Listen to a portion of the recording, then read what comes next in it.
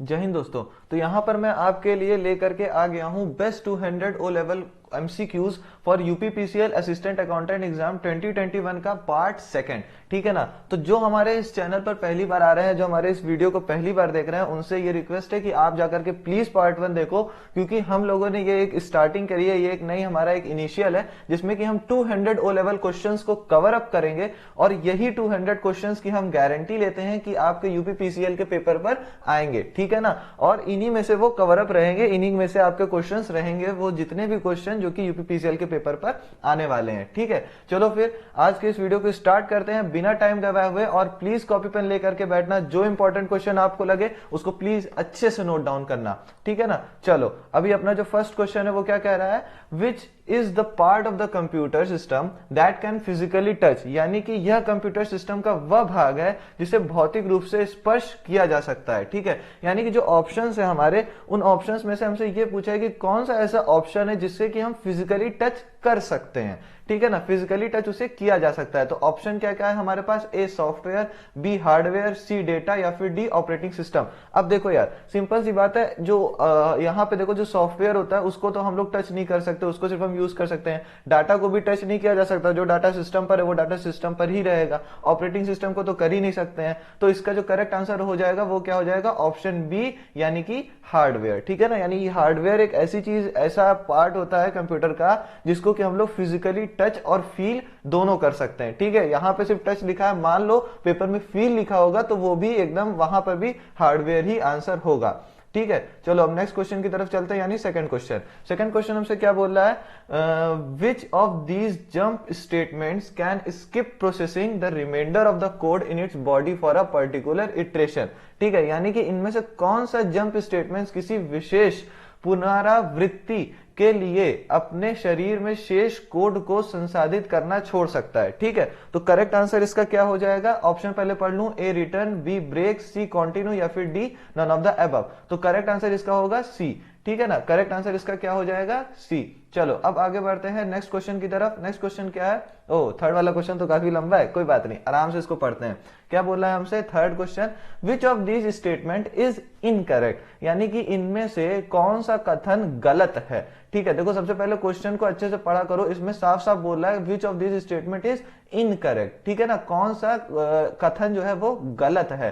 ठीक है, गलत पूछा है। ठीक है, चलो ऑप्शन क्या क्या है हमारे पास, A two case constants in the same switch can have identical values. ठीक है, option B switch statement is more efficient than a set of nested ifs. ठीक है, option C it is possible to create a nested switch statement, या फिर option D which statement can only test for equality where as if statement can evaluate any type of boolean expression. ठीक है ना, तो चलो इसका जो correct option होगा, यानी इसका जो करेक्ट आंसर होगा, देखो इसमें पूछा क्या है, इनकरेक्ट स्टेटमेंट। ठीक है, यानी कि गलत कथन कौन सा है। ठीक है, कौन सा है गलत कथन, सबसे पहला वाला, यानी कि ऑप्शन ए। ठीक है, यानी कि two case constants in the same switch can have identical values. ठीक है, आइडेंटिकल वैल्यूज नहीं होंगी, मतलब आइडेंटिकल मतलब होता है एक जैसा। ठीक है, आइडेंटिकल मतलब होता है एक जैसा। ठीक, चलो आगे बढ़ते हैं नेक्स्ट क्वेश्चन की तरफ। नेक्स्ट क्वेश्चन हमसे क्या बोल रहा है, the Windows 10 biometric login feature has been named. Windows 10 biometric login feature को नाम दिया गया है। देखो सबसे पहले तो ये बताते हैं कि ये बहुत इंपॉर्टेंट क्वेश्चन है। ठीक है ना, ये जो है बहुत ही ज्यादा इंपॉर्टेंट क्वेश्चन है। ठीक, इसको कॉपी पर जरूर नोट कर लेना या तो याद कर लेना।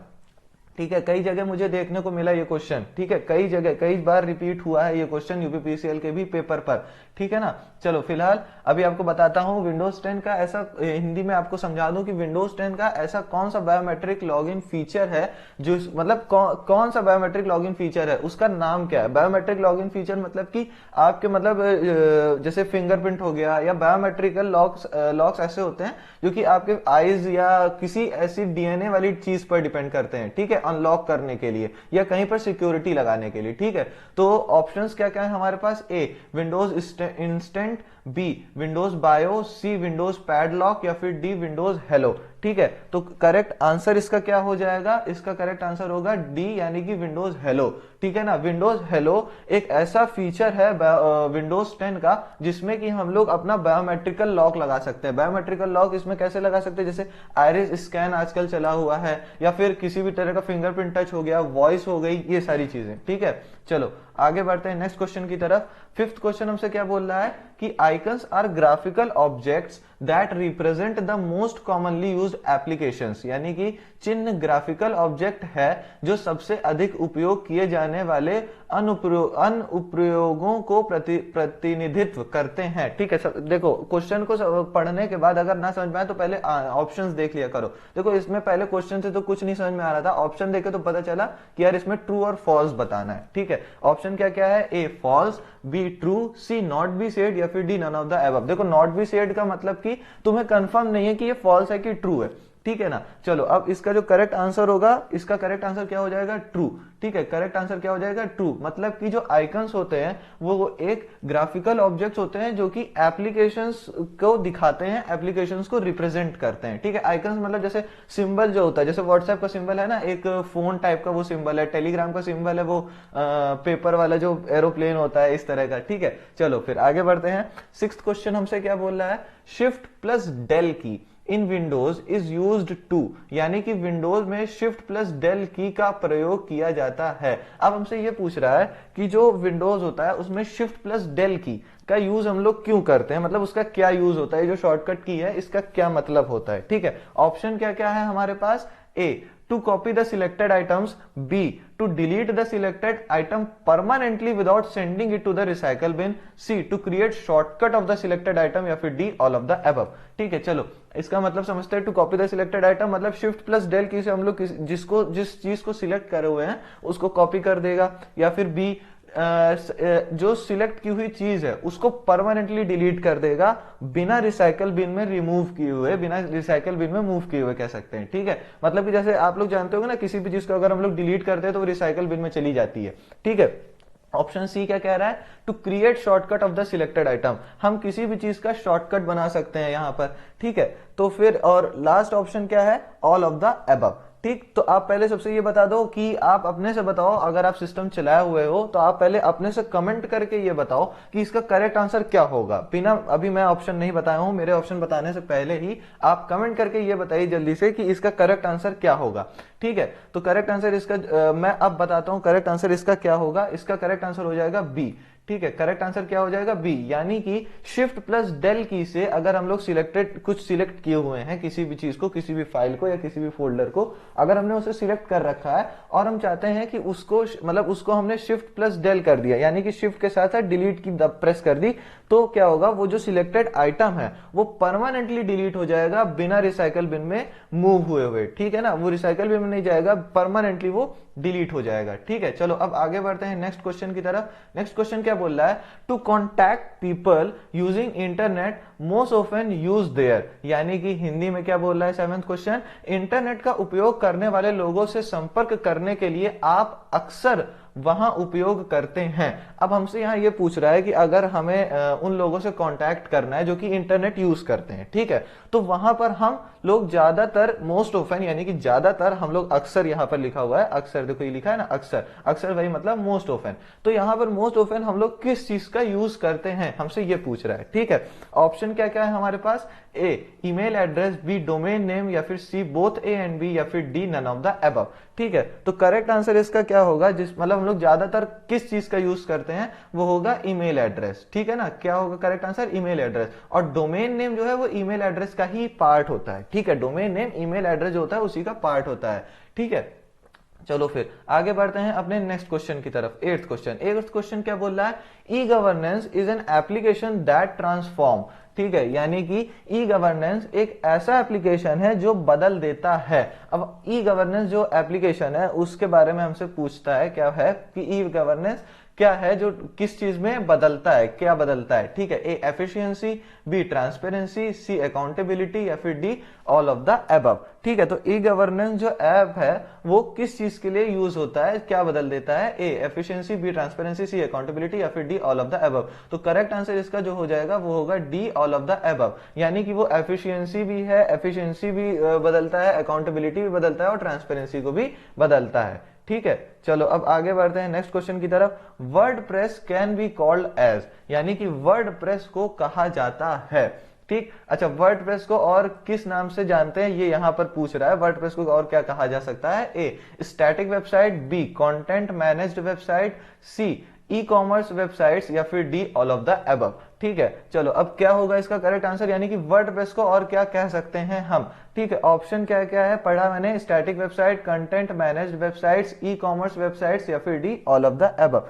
तो अपना जो करेक्ट ऑप्शन होगा, इसका करेक्ट ऑप्शन हो जाएगा इसका बी, यानी कि कंटेंट मैनेज्ड वेबसाइट्स, ठीक है। Content managed websites, content managed websites मतलब कि वहां पर जो उस वेबसाइट पर जो कंटेंट होता है वो बहुत ही मैनेज्ड होता है, ये नहीं कि मतलब ऊपर नीचे करके दिया हो या फिर अनएथिकल चीजें दी हुई हो, ठीक है ना। वहां पर सारी की सारी एथिकल चीजें और वेल मैनेज्ड होती हैं, ठीक है। आपकी रिक्वायरमेंट के हिसाब से उनको मैनेज किया जाता है, ठीक। चलो फिर 10th क्वेश्चन की तरफ चलते हैं। What are the functions of IM management software, यानी कि IM प्रबंधन सॉफ्टवेयर का कार्य क्या है। सबसे पहले तो आप लोग कमेंट करके ये बताइएगा कि IM मैनेजमेंट का फुल फॉर्म क्या होगा, IM मैनेजमेंट का फुल फॉर्म क्या होगा, ये सॉफ्टवेयर कौन सा है, मतलब सॉफ्टवेयर है ये एक IM मैनेजमेंट, और ये IM का फुल फॉर्म क्या होगा आपको ये बताना है, ठीक। चलो ऑप्शन क्या क्या है इसका, A content filtering, B conversations logged and documented, C restricts या फिर D all of the above, ठीक है। तो अब हमें ये बताओ कि इसका जो फंक्शन है IM मैनेजमेंट का वो क्या होगा, कमेंट करके जल्दी से बता देना कि IM मैनेजमेंट सॉफ्टवेयर का आंसर क्या होगा, करेक्ट इसका फंक्शन क्या होगा, ठीक है। फिलहाल मैं बताता हूं इसका करेक्ट आंसर क्या हो जाएगा, बी, यानी कि कन्वर्सेशंस लॉग्ड एंड डॉक्यूमेंटेड, ठीक है ना। चलो अब आगे बढ़ते हैं नेक्स्ट क्वेश्चन की तरफ, यानी कि अपने 11th क्वेश्चन पर। ओहो 11th क्वेश्चन तो काफी लंबा आ गया, चलो लेकिन फिर भी इसको आराम से, जब भी लंबे क्वेश्चंस देखो डरो मत, आराम से उसको पढ़ो, ठीक है। क्या बोल रहा है 11th question, lifetime of static variables in C program, यानी कि सी प्रोग्राम में स्थैतिक चरों का जीवन काल, ठीक है। जो स्टैटिक वेरिएबल्स होते हैं सी प्रोग्राम पर, उनकी लाइफ टाइम क्या होती है, वो कितने टाइम तक कह सकते हैं वो लाइव रहते हैं, ठीक है। ऑप्शन क्या क्या है हमारे पास, A occurs till the end of the first function, यानी पहले फंक्शन के अंत तक होता है, B occurs until the first 10 statements are executed, तब तक होता है जब तक कि पहले 10 स्टेटमेंट्स निष्पादित नहीं हो जाते हैं, C happens until the end of the main program, यानी कि मुख्य प्रोग्राम के अंत तक होता है, या फिर D occurs within the function in which key are defined, यानी कि उस फंक्शन के अंतर्गत होता है जिसमें वे परिभाषित होते हैं, ठीक है। चलो फिर बताओ जल्दी से, lifetime of static variables C program में कितनी होती है, ठीक है। यानी कि स्टैटिक वेरिएबल्स की लाइफ कितनी होती है सी प्रोग्राम में, कमेंट करके, प्रैक्टिकल का क्वेश्चन है जल्दी से बताना, जितने लोग प्रैक्टिकल किए हुए हो ना बताना जरूर से, ठीक है। फिलहाल मैं बताता हूं ये कब तक जीवित रहते हैं, कब तक इनकी लाइफ टाइम होती है, इसका करेक्ट आंसर होगा डी, ठीक है। यानी कि occurs within the function in which they are defined, यानी कि उस फंक्शन के अंतर्गत होता है जिसमें वे परिभाषित होते हैं, ठीक है। चलो अब आगे बढ़ते हैं नेक्स्ट क्वेश्चन की तरफ, यानी कि 12th question, the process of sharing, processing and management of files and documents among several user and or system over the internet is commonly known as, यानी कि इंटरनेट पर कोई उपयोगकर्ता या सिस्टम के बीच फाइलों और दस्तावेजों के साझाकरण, प्रसंस्करण और प्रबंधन की प्रक्रिया को आमतौर पर कहा जाता है। ओवरऑल हमसे ये पूछ रहा है कि इंटरनेट पर जैसे कि हम लोग जो यूजर्स होते हैं उसके, वो जब फाइल को जब शेयर करते हैं, है ना, फाइल को जब इधर से उधर करते हैं, किसी भी डॉक्यूमेंट को इधर से उधर करते हैं, तो उसके मैनेजमेंट को और प्रोसेसिंग को और शेयरिंग को अगर हम आपस में मिला दें, एक साथ उसको बोलें, एक वर्ड में बोलें इसी चीज को, तो वो क्या होगा, इंटरनेट पर जो फाइल शेयर होती है उसको, ठीक है। ऑप्शन क्या क्या है हमारे पास, ए सर्चिंग, बी चैटिंग, सी और बी सेम है, डी ऑनलाइन कोलैबोरेशन, ठीक है। तो करेक्ट आंसर इसका क्या होगा, करेक्ट आंसर इसका हो जाएगा डी, ठीक है, ऑनलाइन कोलैबोरेशन, करेक्ट आंसर इसका क्या हो जाएगा, ऑनलाइन कोलैबोरेशन, ठीक है। आगे बढ़ते हैं नेक्स्ट क्वेश्चन की तरफ, यानी कि 13th question, what is the full form of VPN, यानी कि वीपीएन का फुल फॉर्म क्या है। वीपीएन जो होता है, वीपीएन आप लोग अधिकतर आजकल फोन्स में देख रहे होंगे, आता है एक वीपीएन का ऑप्शन, वीपीएन एप्स भी आते हैं कई, तो उस वीपीएन का फुल फॉर्म क्या है। मैं हर वीडियो में अपने बोलता हूं कि फुल फॉर्म प्लीज याद करके रखो, फुल फॉर्म पूछे जाते हैं। पिछले वीडियो पर हमने बताया था वायरस का फुल फॉर्म, वायरस का फुल फॉर्म पिछले वीडियो पर हमने बताया हुआ था, ठीक है। अब इस वीडियो में आपको यह बताना है कि वीपीएन का फुल फॉर्म क्या होगा। वीपीएन का फुल फॉर्म क्या होगा, A virtual private network, B virtual public network, C virtual primary network, या फिर D none of the above, ठीक है। अब वीपीएन का फुल फॉर्म क्या होगा, करेक्ट आंसर आपको इसका बताना है, ठीक है। करेक्ट आंसर इसका क्या हो जाएगा, A virtual private network. Correct answer क्या हो जाएगा इसका, ए वर्चुअल प्राइवेट नेटवर्क। याद करके जाना भैया, फुल फॉर्म जरूर पूछे जाते हैं, ठीक है। 14th क्वेश्चन क्या बोल रहा है हमसे, devices by which the results obtained from the computer are called dash devices, ठीक है। यानी कि वे उपकरण जिनके द्वारा कंप्यूटर से प्राप्त परिणाम डैश उपकरण कहलाते हैं, ठीक है ना। यानी कि वो जो डिवाइसेस होते हैं जिनसे कि हम लोग जो अपना कंप्यूटर का रिजल्ट होता है उसको पाते हैं, उन डिवाइसेस को क्या बोला जाता है, किस तरह के वो डिवाइसेस होते हैं। A output devices, B input devices, C indirect devices, D none of the above. बहुत ही इजी क्वेश्चन है ये, बहुत ज्यादा इजी क्वेश्चन है यार, सिंपल सी बात है। जिससे हमको आउटपुट मिलता है उन डिवाइसेस को क्या बोलते हैं, आउटपुट डिवाइसेस, सिंपल सी बात है। आउटपुट डिवाइसेस जैसे होता है प्रिंटर हो गया, मॉनिटर हो गया, ये सारी चीजें, है ना। चलो अब आगे बढ़ते हैं नेक्स्ट क्वेश्चन की तरफ, यानी कि 15th question, which of the following methods can not be use to enter data in a cell, यानी कि सेल में डाटा दर्ज करने के लिए निम्नलिखित में से किस विधि का उपयोग नहीं किया जा सकता, ठीक है। अब यहां पर ये जो क्वेश्चन है, सबसे पहले तो ये समझ लो कि ये जो क्वेश्चन है, ये क्वेश्चन आपसे पूछा गया है एमएस एक्सेल से, ठीक है। एमएस एक्सेल से पूछा गया है कि एमएस एक्सेल में अगर हमें किसी भी सेल्स में या किसी भी सेल में एक बार अगर हमें डेटा को एंटर करना है तो कौन सा मेथड है जिसको हम लोग नहीं यूज कर सकते हैं, कैन नॉट, ठीक है ना, नहीं किया जा सकता। क्वेश्चन को ध्यान से पढ़ना, कैन नॉट बोला है, ठीक है। ऑप्शन क्या क्या है हमारे पास, A pressing the tab key, B pressing an arrow key, C clicking on the formula bar, या फिर D none of the above, ठीक है। करेक्ट आंसर इसका क्या होगा, करेक्ट आंसर क्या हो जाएगा, सी, ठीक है ना। करेक्ट आंसर क्या हो जाएगा, क्लिकिंग ऑन द फॉर्मूला बार, ठीक है ना, क्लिकिंग ऑन द फॉर्मूला बार इसका करेक्ट आंसर होगा।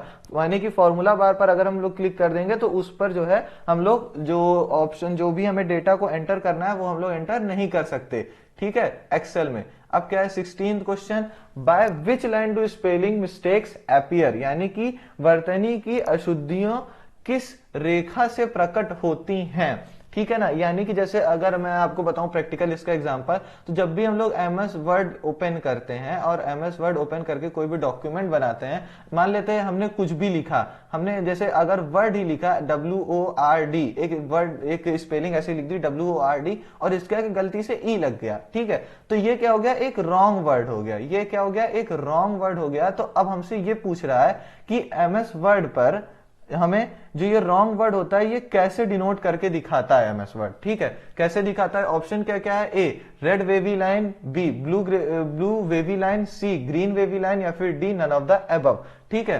तो देखो अब कैसे दिखाता है ये तो सभी को पता होगा ना, ऐसे ऐसे ऐसे ऐसे ऐसे कुछ वेवी लाइन होती है रेड कलर की, वेवी लाइन होती है रेड कलर की, ठीक है ना। तो इसीलिए इसका जो करेक्ट आंसर हो जाएगा ए रेड वेवी लाइन, ठीक है, रेड वेवी लाइन होगा इसका करेक्ट आंसर, ठीक है ना। यानी कि कोई भी अगर मिस्टेक होती है वो रेड वेवी लाइन से दिखाती है। अब आप लोग का काम यह है कि आप लोग मेरे को ये बताओ कि ब्लू लाइन और green wavy line, blue wavy line और ग्रीन वेवी लाइन ये दोनों क्या दिखाती हैं, ये दोनों ऐसे ऐसे जो लाइन होती है ब्लू कलर की और ग्रीन कलर की, ये दोनों क्या दिखाती है एमएस वर्ड पर, ठीक है ना। जरूर से कमेंट करके बताना इसको, ठीक है। चलो अब आगे बढ़ते हैं 17th क्वेश्चन पर, the most important input devices used today is, यानी कि आज के समय में उपयोग में आने वाली सबसे महत्वपूर्ण इनपुट डिवाइस है।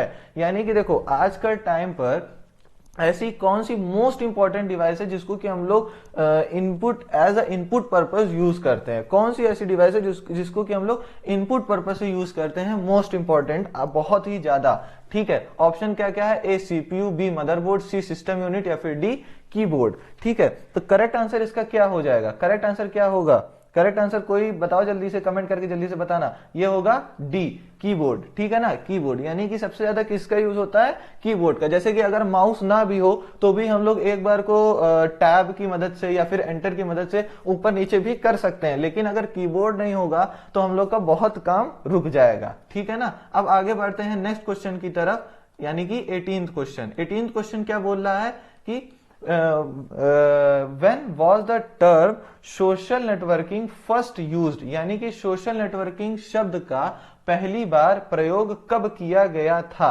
ठीक है ना, यानी कि देखो ये भी बहुत ही ज्यादा इंपॉर्टेंट क्वेश्चन है, ये भी बहुत ज्यादा। ठीक है, अब हमसे क्या पूछ रहा है कि जो सोशल नेटवर्किंग टर्म है ये सबसे पहले कब यूज किया गया था। ठीक है, ऑप्शन क्या क्या है हमारे पास, ए 1994, बी 1954, सी 2004 या फिर डी 1974। ठीक है, तो करेक्ट आंसर इसका क्या हो जाएगा, यानी कि सोशल नेटवर्किंग टर्म सबसे पहले कब बोला गया था, सोशल नेटवर्किंग टर्म सबसे पहले कब बोला गया था, तो इसका करेक्ट आंसर होगा 18 का बी, यानी कि 1954 में इसको सबसे पहले प्रोनाउंस किया गया था। सबसे पहले इसको कब प्रोनाउंस किया गया था, 1954 में। ठीक है, अब चलो 19th क्वेश्चंस पर चलते हैं।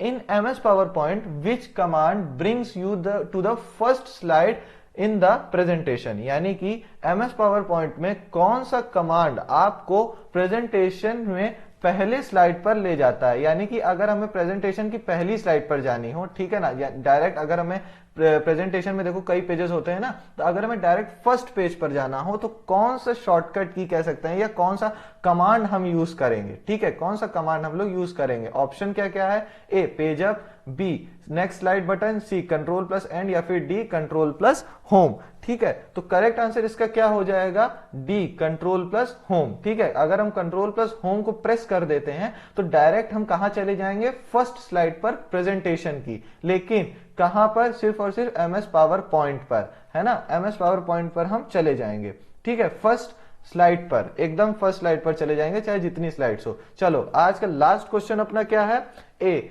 20 वाला question, USB drive is which type of storage device, यानी कि यूएसबी ड्राइव किस प्रकार का स्टोरेज डिवाइस है। ऑप्शन हमारे पास क्या क्या है भैया, ए टर्शरी, बी सेकेंडरी, सी प्राइमरी या फिर डी मेमोरी। ठीक है ना, यानी कि जो यूएसबी होती है, जो यूएसबी ड्राइव होती है वो हमारे पास किस तरह की स्टोरेज डिवाइस है, प्राइमरी, सेकेंडरी, टर्शरी या फिर सिर्फ मेमोरी। तो ऑप्शन इसका करेक्ट आंसर क्या होगा, सेकेंडरी। सेकेंडरी है क्योंकि ये एक एक्सटर्नल मेमोरी है। ठीक है ना, एक्सटर्नल मेमोरी है। चलो फिर एक खास बात मैं आपको बताना चाहूंगा, जो लोग इस वीडियो के लास्ट तक रुके उनको एक मैं सीक्रेट बताना चाहूंगा। अब वो सीक्रेट ये है कि यहां पर जो हम लोग क्वेश्चन पढ़ रहे थे, कौन सा question number, 13th question number, जो ये हमारा अपना जो 13th क्वेश्चन नंबर है, ये वाला यूपीपीसीएल के पेपर पर रिपीट हुआ है। ठीक है, यूपीपीसीएल के पेपर पर रिपीट हुआ है, कौन से पेपर पर, 2014 के। ठीक है, 2014 के पेपर पर रिपीट हुआ है। और जो आपका 11th वाला क्वेश्चन है, जो 11th वाला क्वेश्चन है, ये तो रिपीट आपका कब हुआ मैं आपको बता दूंगा तो आप लोग हैरान हो जाएंगे। ये रिपीट हुआ है अभी 2021 के सितंबर के पेपर में, जो कि था 13 सितंबर को। ठीक है, 2021 के सितंबर के पेपर में, जो कब था, 13 सितंबर का ये क्वेश्चन है और ये रिपीटेड क्वेश्चन है। ठीक है, ये रिपीटेड क्वेश्चन है, पूछा गया था। ठीक है ना, रिपीटेड क्वेश्चन है, पूछा गया था ये। ठीक है, और ये उसी पेपर के 13th वाले पेपर के, ये कौन से क्वेश्चन नंबर पर है, 13th क्वेश्चन है। ठीक है, 13th क्वेश्चन है। अगर आपके पास सेट हो तो आप उसको उठा करके देख लीजिएगा, ये एज इट इज आपको मिल जाएगा, सेम टू सेम क्वेश्चन जैसा मैंने यहां पर लिखा हुआ है उसी तरह पूरा आपको क्वेश्चन देखने को मिल जाएगा। ठीक है, पूरा का पूरा इसी तरह का क्वेश्चन आपको सेम आपको देखने को मिल जाएगा। फिर से बता दे रहा हूं, 13 सितंबर 2021 यूपीपीसीएल के पेपर पर ये रिपीट हुआ वाला क्वेश्चन है, यूपीपीसीएल के पेपर पर ये रिपीट वाला क्वेश्चन है। ठीक है, चलो फिर आखिरी तक देखने का, ये देखो यही फायदा होता है। ठीक है ना, आप लोग सभी लोग आखिरी तक देखा करिए वीडियो, हम ऐसे ही सीक्रेट्स को लाते रहेंगे। ठीक है, चलो फिर आज के वीडियो में इतना ही, मिलते हैं अपने नेक्स्ट पार्ट में जो कि 200 क्वेश्चंस को कवर करेगा। आज के वीडियो में इतना ही, तब तक के लिए बाय बाय। वीडियो को लास्ट तक देखने के लिए थैंक यू, जय हिंद।